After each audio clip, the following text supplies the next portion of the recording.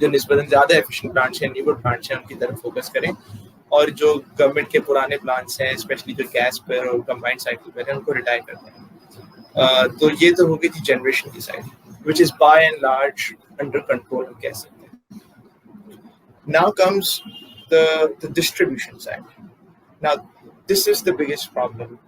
جو پاکستان میں اکثر آپ سنتے ہوں گے, سبھی شاید سنتے ہیں, سرکولر ڈیٹ کا تذکرہ ہوتا ہے. تو جو ڈسٹریبیوشن سائڈ جو ہے بجلی کی ترسیل کا جو نظام اس کو کہہ سکتے ہیں, اس کے اندر ہم نے کوئی خاطر خواہ بہتری نہیں دیکھی, اور آج سے نہیں, کوئی پچھلے کم سے کم 15 سال سے جب سے میں فالو کر رہا ہوں, میں نے دیکھا ہے کہ جی ہمیشہ ہم نے ٹرانسمیشن اینڈ ڈسٹریبیوشن لاسز, جو کہ آپ کے سمجھنے کے جب ایک ڈسٹریبیوشن کمپنی اپنے پاس سے بجلی کنزیومر کو بھیجتی ہے تو between from that point to the consumers end point جو لاس ہوتا ہے وہ 5 سال پہلے کوئی 17% ہوتا تھا. سو دیٹ مینس کہ اگر ہم 100 یونٹس بھیجتے ہیں تو 17 یونٹس تو راستے میں ضائع ہو جاتے ہیں. اب پلان یہ بنایا کہ جی ہر سال گریجولی 1% ریڈکشن ہوگی, 1% پوائنٹ ریڈکشن ہوگی. تو بائی دیٹ لاجک آج ہمیں تقریباً 12% کے ٹی این ڈی لاس پہ کھڑا ہونا چاہیے تھا, بٹ آج 5 سال بعد بھی پاکستان کا ٹی این ڈی لاس 17% ہی ہے. So that sort of explains it self کہ جی یہ اب اس میں پرابلم یہ ہے کہ یہ جو ٹی این ڈی لاس ہوتا ہے یہ بجلی کی قیمت میں اس کا کچھ پورشن تو اکاؤنٹ فور کیا جاتا ہے. سے ابھی جو پاور ریگولیٹر ہے اس نے 15% ٹی این ڈی لاس کی الاؤنس رکھی ہے ٹیرف میں, کہ جی 15% تو ڈسکو کو الاؤ ہے لاس کرنا. یہ اٹ سیلف ایک بہت ظلم ہے, اس پہ یہ لمبی بحث ہے کہ جی اتنی زیادہ گریس کیوں دی گئی ہے پاکستان میں, حالانکہ کئی دہائیوں سے یہ سلسلہ چلا آ رہا ہے. لیکن جی 15.29% ٹو بی ویری ایگزیکٹ یہ نیپرا کی طرف سے الاؤڈ ہے as national T N D losses.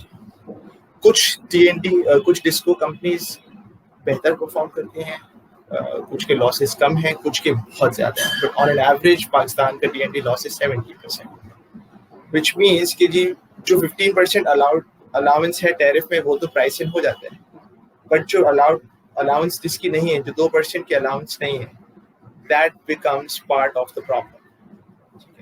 But even that becomes a smaller part of the problem. سے اگر آج کے یونٹس پہ ہم دیکھیں, اگر آج 100 بلین یونٹس کی ازیوم کر لیں کہ جو ڈیمانڈ ہے, تو اس پہ تقریباً کوئی 25 سے 30 ارب روپے سالانہ کا ٹی این ڈی لاسز کی مد میں وہ ہے جو کہ اکاؤنٹ فور نہیں ہے ٹیرف میں.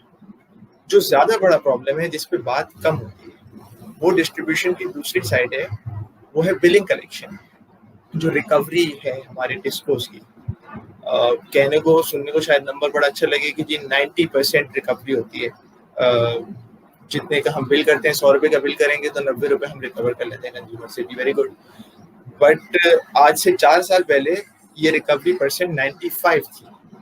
سو بیسکلی بجائے امپروو ہونے کے ہم 95 سے آج پھر 90 پہ کھڑے, جہاں آج سے ہم 10 سال پہلے کھڑے. ایک پرابلم یہ. دوسری which is a bigger problem within the collection is کہ نیپرا assumes 100% collection. نیپرا یہاں پہ ٹی این ڈی لاسز کی طرح کوئی الاؤنس نہیں دیتا.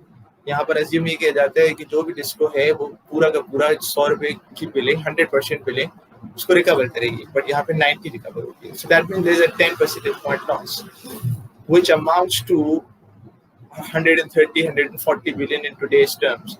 So یہ زیادہ بڑا پرابلم ہے, ریزن اس پر ہم گفتگو کام کرتے ہیں. So combine T N D and recovery. تو before we talk about any other thing, before we talk about any technical issues, outside of distribution, before we talk about subsidies, یا before we talk about the government's ability to pass on, یا IMF, ان ساری چیزوں کے بعد کیے بغیر we start with 130 billion rupees of losses. یہ اتنا circular debt, تو we are staring at it before we even start the debate. جو بات ہوتی ہے نا کہ اس سال ہم سرکولر ڈیٹ کے فلو کو روک دیں گے, 20 بلین پہ لے آئیں گے, 30 پہ لے آئیں گے. That is not possible without this is the elephant in the room جس کو کہتے ہیں کہ یہ ڈسٹریبیوشن سائڈ کے مسائل ہیں. اس میں obviously کیپیسٹی ایشوز بہت ہیں.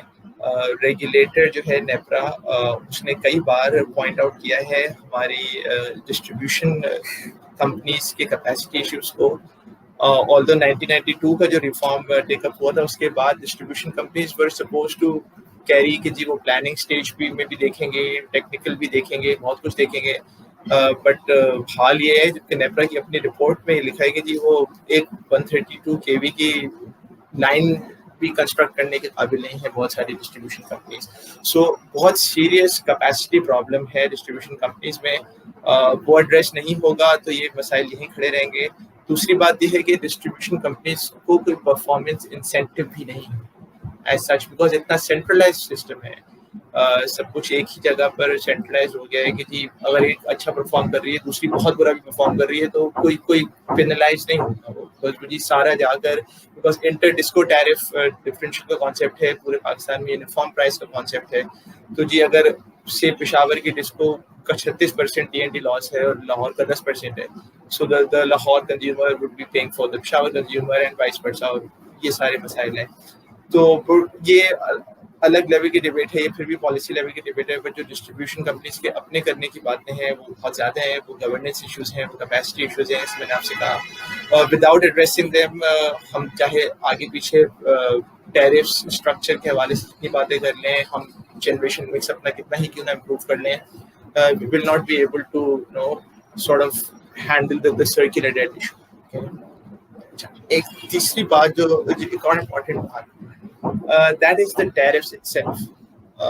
جی ہم اکثر سنتے ہوں گے کہ جی بجلی کی قیمت بڑھ گئی اور عوام پر مہنگائی کا بوجھ بڑھ گیا اور گر گیا, یہ ہو گیا, جو کہ حقیقت ہے. پاکستان میں بجلی کی قیمت پورے ریجن میں تقریباً سب سے زیادہ ہی ہے, شاید ہر ملک سے زیادہ ہے. اور یہ آج سے نہیں ہے, کافی عرصے سے ایسا ہی ہے. ایون آج سے 5 سال پہلے جب بجلی کی قیمتیں حکومت نے ہولڈ کر کے رکھی تھی اس وقت بھی ہماری بجلی کی قیمت in terms of dollar pricing اگر ہم دیکھیں تو ریجن سے زیادہ ہی تھی, جس کی اکثر انڈسٹریز بھی شکایت کرتی ہیں, جو کہ ہمارے ایکسپورٹ سیکٹر کا بہت بڑا مسئلہ رہا ہے کافی عرصے سے. اس کو تو گورنمنٹ نے کسی حد تک ایڈریس کر دیا ہے کہ جی ان کے لیے ایک اسپیشل سبسڈی دے کر ان کی پرائس کو ڈالر ٹرم میں فکس کر دیا ہے. بٹ جو لارجر جو سوال ہے ٹیرف کے اراؤنڈ, دیکھیں ٹیرف کے 2 میجر کمپوننٹس ہیں. ایک کمپوننٹ ہے فیول پرائس کا اور دوسرا کمپوننٹ ہے کیپیسٹی پیمنٹس کا. سو کچھ آج سے 4-5 سال پہلے پیچھے چلے جائیں تو fuel price what used to be the bigger component. سے اگر 8 روپے کی اس وقت پرائس تھی تو 5 روپے کی فیول پرائس ہوتی تھی, 3 روپے کی کیپیسٹی پیمنٹ پر یونٹ کی میں بات کرتا ہوں. اس وقت کوئی تقریباً 200 بلین کی کیپیسٹی پیمنٹ تھی, 4-5 سال پرانی بات. آج ہماری capacity payments in terms of rupees کوئی 1000 ارب روپے پہنچ چکی ہے. اگر میں آپ کو اس کی بریک اپ بتاؤں so that is around 65 to 70% of the power purchase price. اگر آج ہمارا 10 روپے کا یونٹ ہے ازمپشن میں بتاتا ہوں تو اس میں سے 7 روپے کیپیسٹی پیمنٹ کے مد میں دیے جاتے ہیں. اچھا جی ٹھیک ہے, تو کیپیسٹی پیمنٹ سیلف کوئی پوری چیز نہیں, کیپیسٹی پیمنٹ پوری دنیا میں ہوتی ہے. اسی طرح پاور پلانٹ لگتے ہیں بیکاز کیپٹل انٹینسو پلانٹس ہوتے ہیں, انویسٹر ہوتا ہے اس کو کوئی نہ کوئی گارنٹی چاہیے ہوتی ہے. Well and good. But Pakistan میں جس طریقے کے پچھلے, جیسے ہم نے شروع میں بات کی کہ پچھلی حکومت کو کریڈٹ دینا چاہیے, جنریشن پلانٹس انہوں نے لگائے, بٹ جہاں کریڈٹ دیں تو پھر ان کو تھوڑی تنقید یہ ان کے اوپر ڈیو ہے کہ جو کانٹریکٹس کیے آئی پی پیز کے اور ایون جو سی بینک کے اندر جو کانٹریکٹس ہوئے وہ بہت زیادہ لانگ سائڈڈ تھے. اس میں کافی دفعہ بات ہو چکی ہے اس کے اوپر, لیکن آئی تھنک اس پہ جتنی اس کو ایمفیسائز کیا جانا چاہیے because that is a very very big problem. اور ہم we can not play around it, وہ اس کو ایڈریس بھی نہیں کر سکتے بیکاز اس میں انٹرنیشنل انویسٹرز فائنینسرز انوالوڈ ہیں. بعض لوگ کہتے ہیں کہ جی آپ لوگ بیٹھ کے جی اس کو کچھ ڈیسائیڈ کر لیں اور اس میں کچھ شاید تھوڑی بہت ٹویکنگ پاسبل ہو, بٹ ایسا نہیں ہو سکتا کہ جو اسٹرکچر ہمارے ٹیرف کا ہے جو کہ اتنے ملٹیپل فائنینسرز اور انویسٹرز انوالوڈ ہیں کہ جن اس کو اوور نائٹ چینج کر لیں, حکومت کے ساتھ بیٹھ کے بات کرنا ٹھیک ہے, بات ہونی چاہیے, بٹ اس کا کوئی بہت زیادہ اوور ہال نہیں ہو جائے گی چیز. So this will remain with us in the foreseeable future کہ جی کیپیسٹی پیمنٹس ہم نے بہت زیادہ کیپیسٹی پیمنٹ میں ریلیکسیشن دے دی ہے, اور اس پہ ہوا مسئلہ دوسرا یہ کہ ہماری ڈیمانڈ اس حساب سے انکریز نہیں کی پچھلے 3-4 سالوں میں. کچھ اکنامک سلو ڈاؤن ہوا, کچھ ہماری ڈیمانڈ فور کاسٹنگ کے ایشوز بھی ہیں, وہ اگین کیپیسٹی ایشو ہے, ایک این ٹی ڈی سی کی ذمہ داری ہے جی پلاننگ کرنا, جنریشن کیپیسٹی کو انڈیکیٹ کرنا, اس کے اوپر بہت سارے سوال اور اعتراضات ہیں, بٹ شاید وہ کسی اور وقت کے لیے رکھتے ہیں. بٹ ابھی کی بات یہ ہے کہ جی کیپیسٹی پیمنٹس جو ہے وہ بہت بڑا مسئلہ ہے, اور میری نظر میں بعض لوگوں کی نظر میں وہ مسئلہ شاید سالو ہو سکتا ہو. میری نظر میں I really find it difficult کہ جی اتنے زیادہ انٹرنیشنل انویسٹرز اس کے اوپر کوئی بہت زیادہ فلیکسیبلٹی دکھانے کو تیار ہوں گے. اور اس پہ ایک مسئلہ اور ہوا ہے کہ اتنے عرصے میں جب ہم نے اپنا جنریشن مکس امپروو کیا, جیسے ہم فرنس آئل سے L N G and imported local coal پہ آئے, نیوکلیئر پہ آئے, تو ہمارا جنریشن مکس کافی بہتر ہوا, بٹ اس کا کوئی بینیفٹ نہیں ہوا ایز سچ کنزیومر کو because of this capacity payments, اور نہ ہی ہماری ڈیمانڈ بڑھی. تو یہ دو چیزیں ایک ساتھ ہوئی, ہمارا کیونکہ کیپیسٹی پیمنٹ اتنی زیادہ کھڑی ہیں, دوسرے کی ڈیمانڈ بھی نہیں بڑھی. سو ہمیں ریگارڈلیس آف اگر پلانٹ اویلیبل ہے تو ہمیں ریگارڈلیس آف کہ جی ہم نے وہاں سے بجلی لی یا نہیں لی, ہمیں اس کو کیپیسٹی پیمنٹ کرنی ہے, which obviously becomes part of the tariff. So the tariff what I see is کہ جی ہمیں اس ٹیرف کے ساتھ رہنا ہے, جینا پڑے گا. So while we have an energy, we don't have affordable energy. And یہ دونوں چیزیں ساتھ ساتھ ہو سکتی تھیں. بعض لوگ کہتے ہیں کہ جی یہ بات نہیں تھی, یا تو آپ کے پاس انرجی ہو یا نہ ہو, بٹ اراؤنڈ دا ورلڈ ہمارے پاس ایگزامپلس ہیں کہ گورنمنٹس ہیو ورکڈ کچھ نہ کچھ اس کے گرد ایسی چیزیں ہوتی کہ اس کو ورک اراؤنڈ کر سکتے ہیں. ابھی بھی کچھ پاکستان میں جو ابھی پاور پلانٹس لگے ہیں جو سی پیک کے اندر ہیں, وہ بھی شاید کیونکہ اس میں اسٹیٹ ٹو اسٹیٹ انٹریکشن ہوتی ہے, کچھ گورنمنٹ کے اپنے پاور پلانٹس ہیں, زیادہ تر کیپیسٹی پیمنٹس انہی کی ہے. تو مے بی اگر گورنمنٹ اس کو کچھ نظر ثانی کر لے تو شاید کچھ ریسپائٹ ہو جائے, but I honestly don't see it happening کہ کوئی بہت بڑا اس میں چینج آ جائے گا. اب کرنے کی بات یہ ہے کہ جی آگے جا کے جو ہم نے پلانس لگانے ہیں, بیکاز دیکھیے یہ سلسلہ تو نہیں رکتا کہ آج تو چلے ہمارے پاس کیپیسٹی ہے, but 4-5 years down the line we will still need plants. تو دو چیزیں کر رہی ہیں. ایک تو جی ہم نے اپنی ڈیمانڈ جو فور کاسٹنگ کا جو میکینزم ہے, جس پہ تقریباً سارے ہی اسٹیک ہولڈرز سوال اٹھاتے ہیں کہ this is not close to reality. جیسے ابھی پچھلے دنوں ہی رینیویبل پالیسی پاکستان نے ڈرافٹ اناؤنس کیا, سو اس میں انہوں نے جی اناؤنس کیا کہ 25-30% would be renewables by 2030 تک.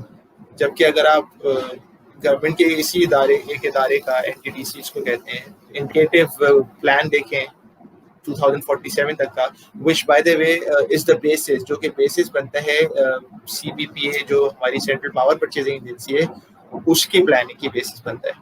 تو اس میں تو جی رینیویبل 10 سے 11% سے زیادہ اس کو نہیں دیا ہوا. سو اگر ہم پلاننگ اور اس میں کوئی ہارمنی نہیں ہوگی, ایک ہی گورنمنٹ ایک ہی آفس میں بیٹھتے ہیں سب آگے پیچھے فلورس پہ, وہاں ہارمنی نہیں ہے. ہم نے اسی طرح پیٹرولیم منسٹری کے ساتھ ہمیں اکثر نظر آتا ہے ہارمنی نہیں ہے کہ فیول کتنا کب چاہیے یہ نہیں پتہ ہوتا, اور ہم نے اکثر شارٹیجز دیکھی ہیں. سو ایک یہ بھی مسئلہ ہے کہ ایک جی منسٹری آف انرجی کو کہنے کو تو جی ہو گئی ہے ایک, بٹ وہ سینٹرلائزڈ ابھی نہیں ہے, اس میں ہارمنی کے ایشوز بھی ہیں, وہ ریزالو ہونے چاہیے. تو بات تھوڑی ڈائگریس ہو گئی. تو میں یہ کہہ رہا تھا کہ ایک اگر آگے کے لیے ہم نے پلانس کو, ایک تو اپنی فورکاسٹنگ کیپیسٹی کو امپروو کرنا ہے کافی زیادہ. دوسرا ہے کہ جب ہم کانٹریکٹ کرنے جائیں تو جی اب کی بار کیپیسٹی پیمنٹس پہ جتنا زیادہ ہم بارگین کر سکتے ہیں اتنا کریں, اور یو ایس ڈالر کے ساتھ انڈیکسیشن جس طرح رینیویبل میں ہم نے ختم کی ہے اس طرح ہمیں چاہیے کہ اب جی آئی پی پیز میں بھی ختم کریں, کم سے کم کریں اس کو. اور جی لوکل فیول انڈیجنس فیول پہ جتنا کر سکتے ہو ٹھیک ہے. بیس لوڈ شاید رینیویبل پہ سولر ونڈ پہ اتنی جلدی بنانا آسان نہ ہو, but we need to move differently. اگر ہم اسی طریقے سے چلتے رہیں گے تو ہم آج بھی وہیں کھڑے ہوں گے, ہم آج بھی 1500 ارب روپے کا سرکولر ڈیٹ لے کے اگلے 5 سال بعد کھڑے ہوں گے. Things have to change. اس طرح سے کہ آپ نے کافی ان ڈیپتھ یہ ایکسپلین کر دیا کہ میجر ایشوز کیا چل رہے ہیں ہمارے پاور سیکٹر کے ڈسٹریبیوشن میں, ہماری اس کی جنریشن میں, پرائسز میں, ٹیرفس کے ریلیشن. لیکن اگر جنرلی دیکھا جائے تو ہماری اگر ہم پرائس کے ایسپیکٹ کو دیکھتے ہیں کہ جو پرائس آف الیکٹریسٹی چل رہی ہے وہ جنرلی ہائی ہے اور it is compared higher to other countries. اور اس کی ایک وجہ یہ بھی ہو سکتی ہے کہ ہم اپنے centralize supply power supply system کے اوپر زیادہ اوور ریلائی کر رہے ہیں, جس میں زیادہ تر بیس کرتی ہے ہماری امپورٹیڈ ٹیکنالوجیز اور فیولز پہ بھی. لیکن اس حوالے سے آپ کا کیا خیال ہے, کیا ہمیں اور ہمیں سینٹرلائز پاور سسٹم سے چینج کر لینا چاہیے یا پھر ہمارے اس ماڈل کو امپروو کرنا چاہیے یا ماڈرنائز کرنا چاہیے؟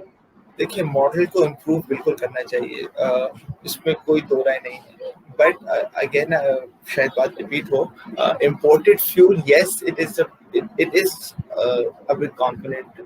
یہ بجلی کی جو بڑھتی ہوئی قیمت ہے اس میں امپورٹیڈ فیول ایک کمپوننٹ ضرور ہے. بٹ ابھی جیسے کہ پچھلے کئی مہینوں سے فیول امپورٹیڈ فیول کی پرائسز دنیا میں کم ہے, کافی کم ہے. ہم نے دیکھا آئل نیچے گیا, تیل کول کی پرائسز نیچے گئی, ایل این جی کی پرائسز بہت نیچے گئی. بٹ دیکھیں ایل این جی میں تو ہم اپنے لانگ ٹرم کانٹریکٹ کی وجہ سے مارے گئے, اور باقی چیزوں میں ہم نے اس کا فائدہ اس لیے نہیں اٹھا سکے کہ جو ہمارا ٹیرف کا جو کیپیسٹی کمپوننٹ ہے وہ اتنا زیادہ بڑا ہے کہ ہمیں اب فیول سے بہت زیادہ کوئی فرق نہیں پڑتا.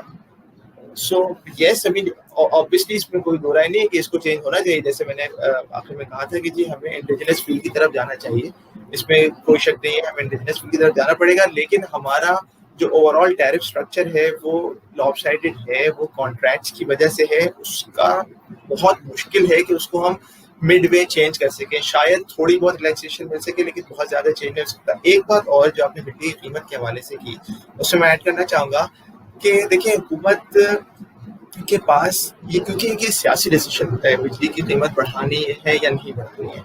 جب تک یہ ڈیسیشن بہت زیادہ سیاسی رہے گا تو ہم مسائل کا شکار رہیں گے. ابھی ہم آئی ایم ایف کے پروگرام کے انڈر ہیں, لیکن اس کے باوجود ہم نے کوئی پچھلے سپٹمبر کے بعد سے ڈیو ہے ہمارے اوپر بجلی کی قیمت کو ریوائز کرنا, ہم نے نہیں کی.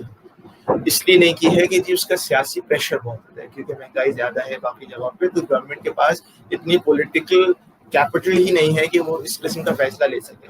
ٹھیک ہے جی نہ لے سکیں, لیکن جب آپ اس قسم کا فیصلہ نہیں لیتے تو آپ کے بجلی کے نظام کے اوپر پھر پریشر پڑتا ہے, کیونکہ آپ کی سبسڈیز کی اماؤنٹ بھی لمیٹڈ ہے. آپ نے ایک بجٹ میں بجلی کے لیے 200 ارب روپے مختص کیے ہوئے, اب آپ نے اگر اس سے زیادہ کا آپ نے روک لیا, اگر آپ نے ٹیرف کی جو ایڈجسٹمنٹس ہوتی ہیں کوارٹر کی ایڈجسٹمنٹس ہوتی ہیں, ہر کوارٹر پہ ایڈجسٹ ہونا ہوتا ہے ٹیرف, ہم نے وہ پچھلے 3 کوارٹر سے روکی ہوئی ہے جو کہ تقریباً 160 ارب روپے ایکیومولیٹ ہو چکے ہیں آلریڈی, جو کہ ہم نے پاس آن کرنے ہیں لیکن ہم نہیں کر سکے.